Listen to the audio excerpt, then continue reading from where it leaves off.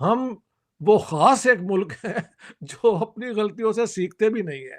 We just want to believe and want the world to believe कि India ही हमारी हमारी एग्जिस्टेंस के पीछे लगा हुआ है।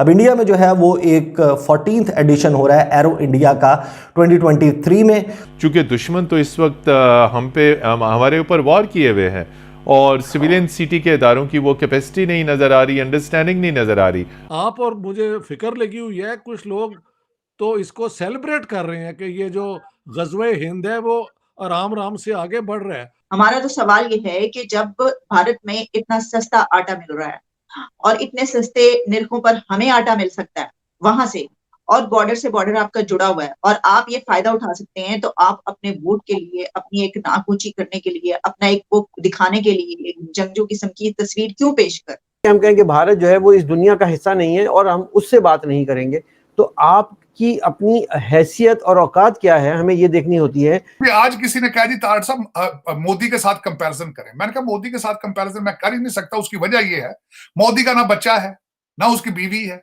ना लंदन में उसके कोई एसेट्स हैं। और मैं बता सकता हूं कि इस वक्त इंडिया के जितने जो लोग हैं सारे पिछले, वो सारे इंडिया में बैठे। सस्ता आटा जहां पर मिल रहा है वहां पे लाइनें लगी। ये इंतहाई शर्म की बात है कि अवाम आपकी, अगर वो गरीब है तो कीड़े मकोड़े तो नहीं, तो उनके साथ ये सलूक तो ना करें आप। यानी एक बंदा जहां भाग हो गया, मर गया वो। अब तो खबरें इस किस्म की भी आने लग गई हैं कि आटा खरीदने के लिए, सस्ता आटा खरीदने के लिए लाइन में लगे हुए लोग अपनी जान से जा रहे हैं। This is a big difference. Who never learned? We did not. The Indians have learned and they are working wonders with their society. ये फर्क है। यूएई इंडिया को एक गिफ्ट देने जा रहा है। गाइस गिफ्ट क्या है? Under water bullet train gift करने जा रहा है गाइस यूएई। तो हमने क्या किया है? हमने अपना सत्यानाश किया है। वी आर सत्यानाश पीपल। कि इंडिया के मुंबई से लेकर यूएई तक अंडर वाटर ट्रेन बनेगी, बुलेट ट्रेन, वो भी।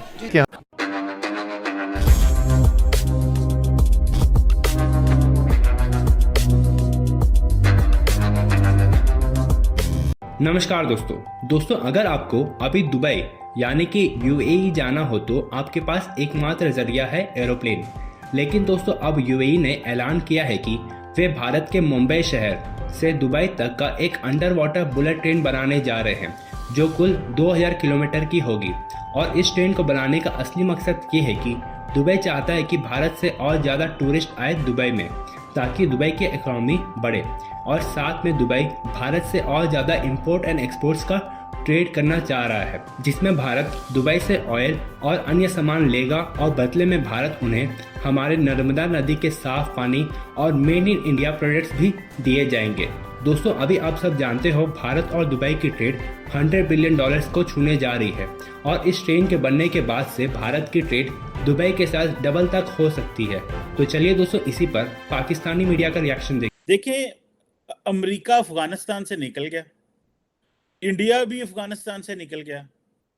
सो अब एक क्वेश्चन आता है बहुत ज्यादा कि अब पाकिस्तान का दुश्मन कौन है अफगानिस्तान में, और क्यों हमें अफगानिस्तान जो है वो हमारे पे हमले कर रहा है। ये जो क्वेश्चन है, या अफगानिस्तान में दहशतगर्द जमातें जो छुपी हुई हैं, अमेरिका पाकिस्तान को कह रहा है कि जी आपको राइट टू प्रोटेक्ट आप टेरिटरी है। इट मींस कि अमेरिकन कह रहे हैं कि आप F-16 लेके अफगानिस्तान पे चढ़ाई कर दो, टीटीपी को भी मारो, अल-कायदा को भी मारो, सबको मारो। आप क्या समझते हैं कि अब हमारा दुश्मन कौन है? मतलब हम क्यों लड़ रहे हैं? हमारे दुश्मन तो तालिबान ही है। वो मुझसे लोगों ने कुछ और प्रोग्राम में कहा, मैं क्या साडी बिल्ली ते सानू ही म्यो। ये तो तैयार हमने किए थे, इनको पैदा हमने किया। हमारी जो थी बेनज़ीर भुट्टो के मिनिस्टर थे नसीरुल्लाह बाबर, वो उन्होंने खुद कहा कि ये हमारे तालिबान हमारे तैयार किए। ये वो तो आप उनको तो कंट्रोल कर नहीं सके। जब वो पहली दफा पावर में आए थे तो ये भी नहीं मनवा सके कि डोरेन लाइन जो है इंटरनेशनल बॉर्डर है। इन्हें तब समझ नहीं आई कि Afghans are nationalist one way और अनदर, वो फंडामेंटलिस्ट हो या वो कोई और हो, ये उन्हीं के पीछे लगे हुए। ऑनेस्ट टू गॉड मैंने लोगों को कहते सुना है कि यार ये सारे अगर अफगान यहाँ आ जाएं तो हम फिर दोबारा जंगजू होंगे और हम फिर जिहाद के लिए निकलेंगे। Some people are so mad in their head, वो ये बातें कर रहे हैं। आप और मुझे फिक्र लगी हुई है, कुछ लोग तो इसको सेलिब्रेट कर रहे हैं कि ये जो गज़वे हिंद है वो आराम आराम से आगे बढ़ रहा है, आप उनका भी तो जिक्र करें, वो हर जगह पे हैं। 2002 से लेके जी 2014 तक या उसके बाद भी इवन तकरीबन 70,000 पाकिस्तानी जो है वो दहशतगर्दी की जंग में मारे गए, जबकि भारत के साथ 4 जंगें हुई और चारों जंगों में तकरीबन कोई 18,000 पाकिस्तानी जो है वो शहीद हुए हैं। तो हम 18,000 भी कुछ ज्यादा ही आप बता रहे हैं। These are state 1500 figures. 1500 दो जंगा 1500 मैं ते जो बांग्लादेश विच कोई 9,000 ने।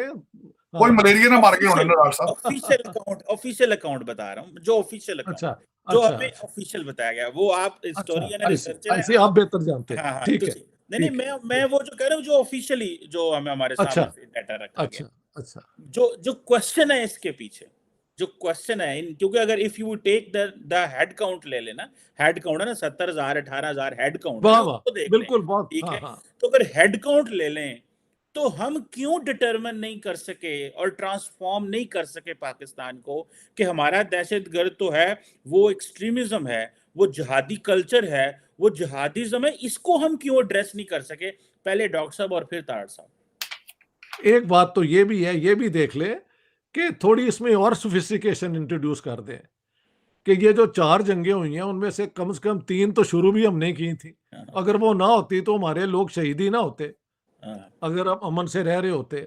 और बांग्लादेश में भी पंगा लेने के बाद ये फिर इंडियन एक्शन हुआ है ना, तो ये जंगों का भी काउंट अपने पे ही डालो यार। या तो ना इंडिया ने जंग शुरू की हो और इतने लोग हमारे शहीद हो गए हैं तो मैं उन्हें ब्लेम करूं। अगर जंग हम शुरू करें और हमारे लोग मारे जाएं, हैं, तो हु स्टार्टेड द वॉर? कि अभी पता लग रहा है कि सिचुएशन पाकिस्तान में आटे की बहुत खराब है। सरकारी रेट 150 रुपए किलो है और उससे ऊपर प्राइवेट रेट जो है वो 150 से ऊपर जा रहा है। तो इंडिया में जहां पर बड़े आराम से आप 25 रुपए किलो आटा खरीद सकती हैं, 40 रुपए किलो खरीद सकती हैं, अच्छी क्वालिटी का। अगर इतना चीप आटा इंडिया में मिल रहा है तो इंडिया से खरीदने में क्या प्रॉब्लम? क्या पिछली वाली गवर्नमेंट ने तो ईगो हैसल्स जैसे बोल रहे थे कि ईगो प्रॉब्लम बना ली थी, कश्मीर ये करो वो करो, 370 लगो। इस वाली गवर्नमेंट को भी कोई चिंता नहीं है अपने आवाम की? आप देंगे आटा अगर आपसे खरीदा जाए तो क्या आपकी गवर्नमेंट तैयार है? क्योंकि मुझे तो ऐसा लग रहा है कि दोनों तरफ मामला जो है वो अच्छे नहीं है। जो नाराजगी जो है वो तो जब से फॉरेन मिनिस्टर की तरफ से जो स्टेटमेंट आई थी उसके बाद से ऐसा ही नजर आ रहा है, क्योंकि उसके बाद डॉक्टर जयशंकर की तरफ से भी अभी जो उन्होंने ऑस्ट्रिया में मेरा ख्याल इंटरव्यू जो दिया उसमें उन्होंने कहा कि वो इससे सख्त अल्फाज इस्तेमाल कर सकते थे। तो इससे ये नजर आ रहा है कि नाराजगी तो है। तो एक तो ये बात, इसको तो हम हमेशा ही करना है। ये जो आपने बात की ना कि भाई नहीं कर सकते अपनों को, तो हम ये क्या ही रहे हैं। हमारा तो सवाल ये है कि जब भारत में इतना सस्ता आटा मिल रहा है और इतने सस्ते निरखों पर हमें आटा मिल सकता है वहां से, और बॉर्डर से बॉर्डर आपका जुड़ा हुआ है और आप ये फायदा उठा सकते हैं, तो आप अपने वोट के लिए, अपनी एक नाक ऊंची करने के लिए, अपना एक वो दिखाने के लिए एक जंगजू किस्म की तस्वीर क्यों पेश कर? आपको चाहिए कि आवाम को चाहिए। अब देखिए ना, सस्ता आटा जहां पर मिल रहा है वहां पे लाइनें लगी।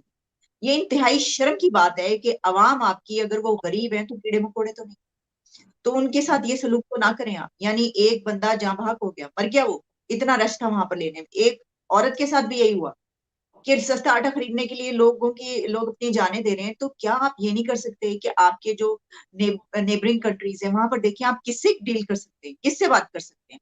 आप थोड़ा सा, ठीक है, अपनी थोड़ी वो जो है ना ईगो वो पीछे रखते हैं इस वक्त, क्योंकि आपने लोगों के लिए करना है। तो हमारी तो डिमांड ये, हम तो कह ही रहे हैं। लेकिन इस वक्त जो दोनों कंट्रीज के बीच चल रहा है उसमें तो मुझे नहीं पता कि इस तरफ से कहा जाएगा तो उस तरफ से, बहरहाल क्योंकि आपकी तरफ से मेडिसिन भी बंद नहीं की गई। हाँ, और अद्वियात हम ले रहे हैं, सब कुछ हमने बड़ी हम बातें कर देते हैं, बड़के शटके मार देते हैं, लेकिन उस तरफ से अद्वियात भी आ रही हैं। और तो फिर आटा और गंदुम आने में क्या हर्ज है? वीट भी आ सकता है।